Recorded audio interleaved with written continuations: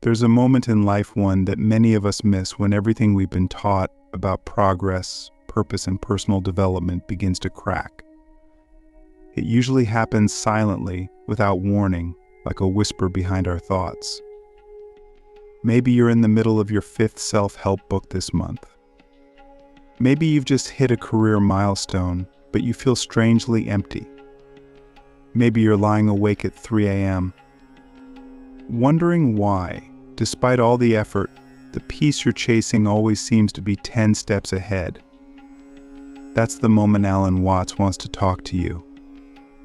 Because if you listen closely, he presents a paradox so shocking, so counterintuitive, that it feels like a glitch in the matrix. The more you try to control life, the more it slips away. The more you chase happiness, the more anxiety you create. And the more you try to become something, the more you forget that you already are. This isn't just poetic philosophy, it's a direct challenge to the entire structure of how we've been conditioned to live. Alan Watts, the British philosopher who made Eastern thought digestible for the Western world, didn't just borrow from Zen and Taoism, he embodied their tension-dissolving logic. An essential insight is this: life is not a problem to be solved, but a reality to be experienced. Yet we've been trained to treat it like a ladder, always climbing, always optimizing, always fixing. And it's killing us. We're not just tired, we're existentially exhausted. We've mistaken the map for the territory, the plan for the present, the goal for the ground beneath our feet.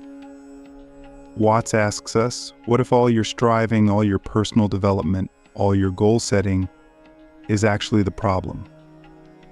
What if the very act of trying to improve your life is what's keeping you from living it? Click subscribe to this channel to get more profound insights. Let's go further. Watts points to a paradox that appears simple, but shatters the illusion of control. You cannot will yourself to be spontaneous. You can't force yourself to let go. You can't try hard to relax. The moment you do, you've already lost it. This is the trap of modern living. We're trying to do being. We're trying to achieve ease. But the more effort we apply, the further we drift from the very state we want. In Zen Buddhism, this is called Wu Wei, effortless action. But Watts gave it a Western voice. He said, trying to define yourself is like trying to bite your own teeth. You're chasing something that's already here, already happening, but you're moving so fast, you keep missing it. So the question becomes, can you stop chasing long enough to see that there's nothing missing? That you're already whole even in your mess, even in your confusion. This is where the real philosophical challenge begins. Because we don't just chase external goals, we chase identities. We want to become someone.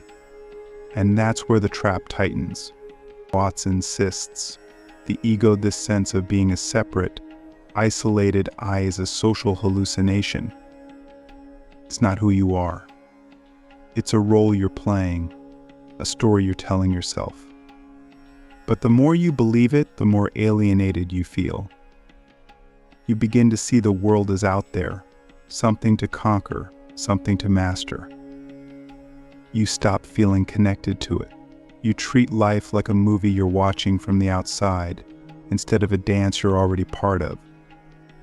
And here comes the paradox again. The more you try to find yourself, the more lost you become.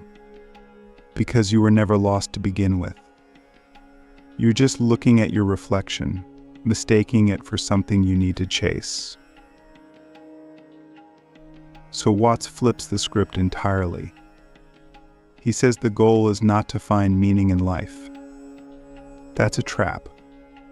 The goal is to realize that life itself is meaningful when you stop trying to pin it down. And that's a terrifying realization, because it means surrender. It means you have to stop trying to steer the river. You can't control the flow, you can only learn to float. You can only dance with it, laugh with it, cry with it. But the moment you try to grasp it, define it, own it, it evaporates, like water slipping through your fingers. He says this is the beauty of existence. It's a game, not a pursuit, a play, not a project. And the moment you truly accept that, you step into a kind of freedom that can't be taught in schools or captured in a resume or downloaded from an app. The game of life isn't what you think, why playing is the only way to win. If you've ever watched a child completely immersed in play, unconcerned with outcome, unaware of being watched, totally present, you've seen the wisdom Alan Watts spoke of. He said life is not a journey with a destination. It's not a race to win, a mountain to conquer, or a puzzle to solve. It's a dance, a song. And just like you don't dance to get to the end of the dance, you don't live to arrive at the end of life. You dance because it's fun. You sing because it's beautiful. But we've forgotten this. Somewhere along the line, we turned life into a business plan. We made it about productivity, achievement, and milestones. But Watts reminds us this whole idea of progress is a mental construct. It's a trick we play on ourselves. Because when you finally arrive, you realize there's nowhere to go. The path was the point all along. This is the shocking paradox. The more you try to win at life, the more you lose its essence. Because life isn't about winning, it's about playing. It's about being in it, not above it. But we've been trained to treat everything, including ourselves, as tools for success. We even meditate to be more productive. We practice gratitude to attract abundance. We work out to look good on Instagram. But here's where Watts throws the curveball that's not spirituality. That's strategy. T. And if you're always strategizing, always calculating, always trying to turn the present moment into a means to an end, you'll never be free. Because you're not living, you're maneuvering. You're not being, you're performing. So ask yourself and really sit with this, what part of your life have you turned into a task instead of a dance? Watts challenges us to look at the world through a different lens. He says we're not strangers on Earth, we are the Earth. Just like a wave isn't separate from the ocean, you are not separate from life. You don't have a life, you are life. And when you really feel that, not just intellectually, but viscerally, it changes everything. You stop trying to dominate nature, because you are nature. You stop trying to control the future, because you realize the future is just another version of now. You start to flow again. And in that flow, there is no anxiety, no FOMO, no separation. Just the rhythm of being like jazz, like poetry, like breath. That's the music Watts wants us to hear. But we can't hear it if we're always trying to conduct it. We have to listen, to feel, to let go. Here's a deeper layer. Watts says that the mind is an incredible servant, but a terrible master. And most of us are ruled by it. We live in our heads, constantly narrating, judging, planning, remembering. But what's wild is this: we mistake thinking about life for actually living it. We take photos instead of seeing. We plan vacations instead of being on them. We talk about love instead of feeling it. And the greatest irony? We think that by analyzing life, we'll understand it. But life isn't meant to be understood. It's meant to be experienced. Just like you don't analyze a joke while someone's telling it, you just laugh. You don't measure a kiss, you feel it. And Watts says, try living your whole life like that. But here's the twist that makes this all so mind-blowing. The moment you stop trying to fix life, it starts to make sense. The moment you stop chasing meaning, you feel it everywhere. The moment you stop trying to be someone, you become who you are. That's the paradox. That's the game. And if you don't get the joke, you'll spend your whole life trying to win something that was never a competition. You'll spend your days climbing ladders that lead nowhere, checking boxes in a cosmic game of pretend. But if you do get the joke, if you let go, laugh, and dance, something magical happens. You wake up. Not in the mystical sense, but in the real sense. You become present, available, alive, and then everything becomes play. Freedom through surrender, why letting life happen is the ultimate power. There's a line Alan Watts repeated often, and once you hear it, it stays with you forever. The meaning of life is just to be alive. Not in a passive way. Not in a lazy, do-nothing kind of way. But in the most alert, receptive, and awake way possible. Because when you stop trying to manipulate life, when you stop trying to outsmart it, something extraordinary happens. You start to feel it. You start to see it. The wind on your face is no longer just air. The sound of a voice becomes music. Even your pain begins to speak in a language that's deeply human, deeply sacred. Watts says we miss this because we're always trying to get somewhere, but there is nowhere else to be. This is it. This moment, this breath, this heartbeat. And when you surrender to that fully, consciously, you don't lose control. You gain something far greater: freedom. But let's be honest, surrender is terrifying. Because we've been taught that control equals power. That if we don't hold the reins tightly, everything will fall apart. So we micromanage our lives. We plan every second. We rehearse every conversation. We analyze every emotion. And underneath it all is fear, the fear that if we let go, we'll lose ourselves. But Watts flips that fear on its head. He says, what if it's only by letting go that we can finally come home to ourselves?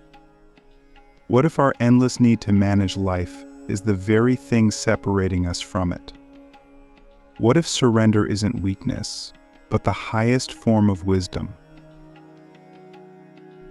This is the final paradox, and it's the most difficult one to live.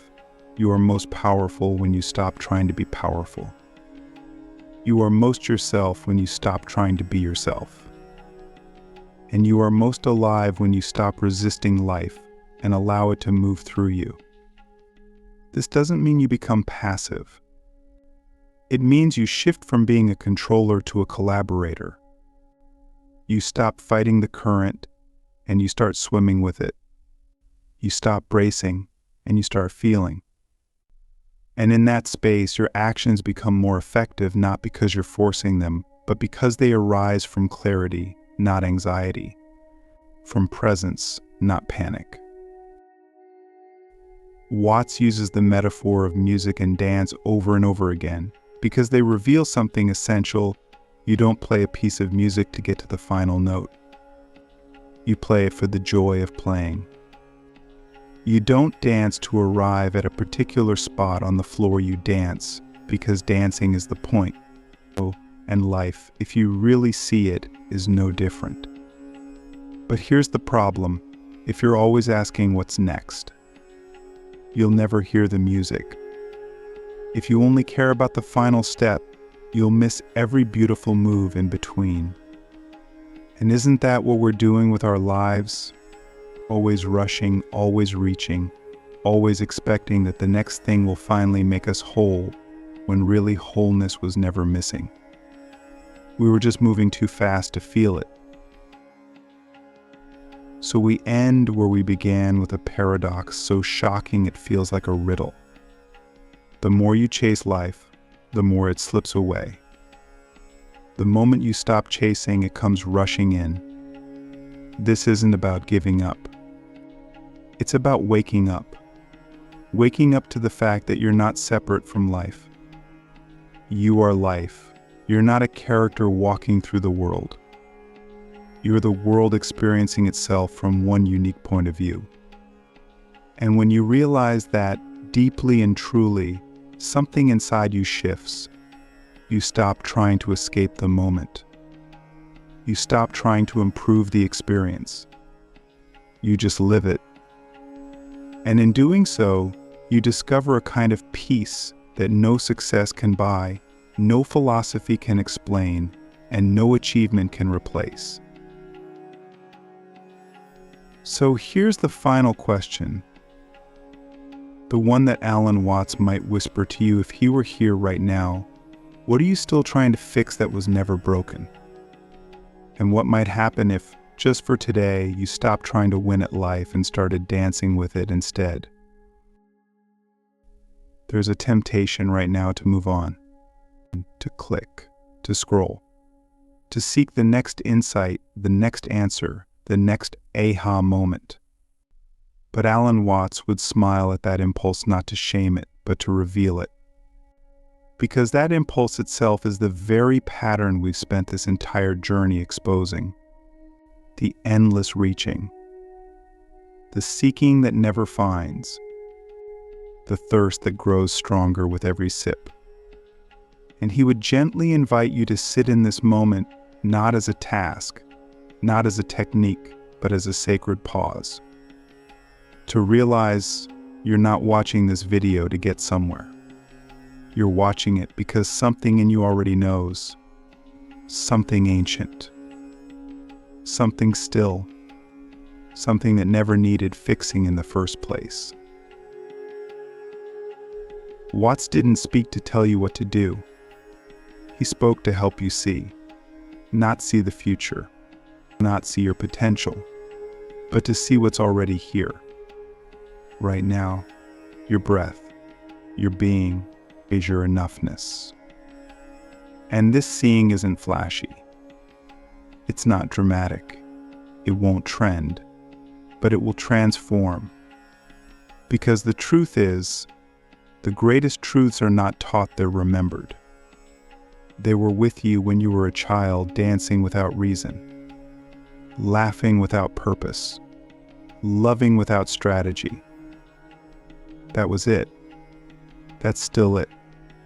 And nothing has changed except the story you've layered on top of it. So what now? Do you go back to your checklist? Back to your self-optimization? Or do you sit for just a moment longer in the silence between thoughts? In the breath you're taking right now?